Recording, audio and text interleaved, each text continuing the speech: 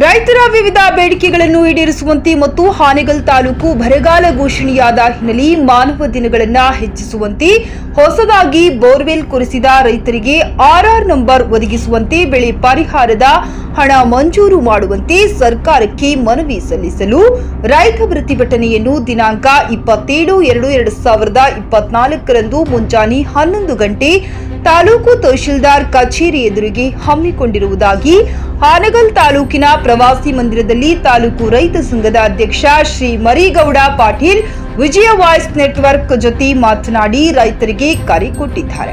ಇದೇ ಸಂದರ್ಭದಲ್ಲಿ ತಾಲೂಕು ರೈತ ಸಂಘದ ವಿವಿಧ ಪದಾಧಿಕಾರಿಗಳ ಸಮ್ಮುಖದಲ್ಲಿ ಪೂರ್ವಭಾವಿ ಸಭೆ ನಡೆಸಿ ಪ್ರತಿಭಟನೆಗೆ ರೈತರಿಗೆ ಕರೆ ಕೊಟ್ಟಿದ್ದಾರೆ.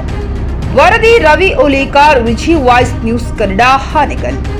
ಅದನ್ನು ಬೆಂಬಲಿಸಿ ಅದರ ಜೊತೆಗೆ ಸ್ಥಳೀಯ ಸಮಸ್ಯೆಗಳಾದಂಥವನ್ನು ಇಲ್ಲಿ ಕೂಡ ಈಗ ಬರಗಾಲ ಅಂತ ಘೋಷಣೆ ಮಾಡಿ ಇಲ್ಲಿವರೆಗೂ ರೈತರಿಗೆ ಒಂದು ಬಿಡಿಗಾಸನ್ನು ಪರಿಹಾರ ಕೊಡದೇ ಇರೋದು ಮತ್ತು ಹೆಸ್ಕಾಂ ಇಲಾಖೆಯಲ್ಲಿ ಇರತಕ್ಕಂಥ ಯೋಜನೆಗಳನ್ನು ಸ್ಥಗಿತಗೊಳಿಸಿ ಯಾವುದೇ ರೀತಿ ಹೊಸ ಆರ್ಆರ್ ನಂಬರ್ ಪಡೀಲಿಕ್ಕೆ ರೈತರಿಗೆ ಅವಕಾಶ ಇಲ್ಲದೇ ಇರೋಂಥದ್ದು.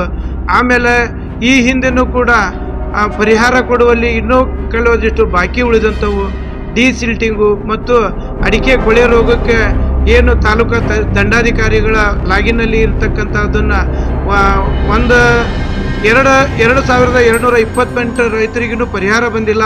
ಇವೆಲ್ಲವೂ ಸಂಬಂಧಪಟ್ಟಂಥ ಅಧಿಕಾರಿಗಳ ಗಮನಕ್ಕೆ ತಂದ್ರೂ ಇಲ್ಲಿವರೆಗೂ ಪರಿಹಾರ ಸಿಕ್ಕಿಲ್ಲ. ಅದಕ್ಕೆ 27ನೇ ತಾರೀಕಿಗೆ ನಾವು ತಾಲೂಕಾ ದಂಡಾಧಿಕಾರಿ ಕಚೇರಿ ಎದುರಿಗೆ ದೊಡ್ಡ ಮಟ್ಟದಲ್ಲಿ ಪ್ರತಿಭಟನೆ ಇಟ್ಕೊಂಡೇವಿ. ಇದಕ್ಕೆ ತಾಲೂಕಿನ ನಮ್ಮ ಎಲ್ಲ ರೈತರು ಪ್ರತಿಯೊಂದು ಗ್ರಾಮದಲ್ಲಿ ಸಭೆ ಮಾಡಿ ಹೆಚ್ಚಿನ ಸಂಖ್ಯೆಯಲ್ಲಿ ಈ ಒಂದು ಪ್ರತಿಭಟನೆಗೆ ಜನರನ್ನ ಕರ್ಕೊಂಡ್ಬಂದು ಇದನ್ನು ಯಶಸ್ವಿ ಮಾಡಿ ಈ ಎಲ್ಲ ಸಮಸ್ಯೆಗಳಿಗೆ ಪರಿಹಾರ ದೊರಕಿಸುವಂಥ ಒಂದು ವ್ಯವಸ್ಥೆ ರೈತರೆಲ್ಲರೂ ಮಾಡಬೇಕು.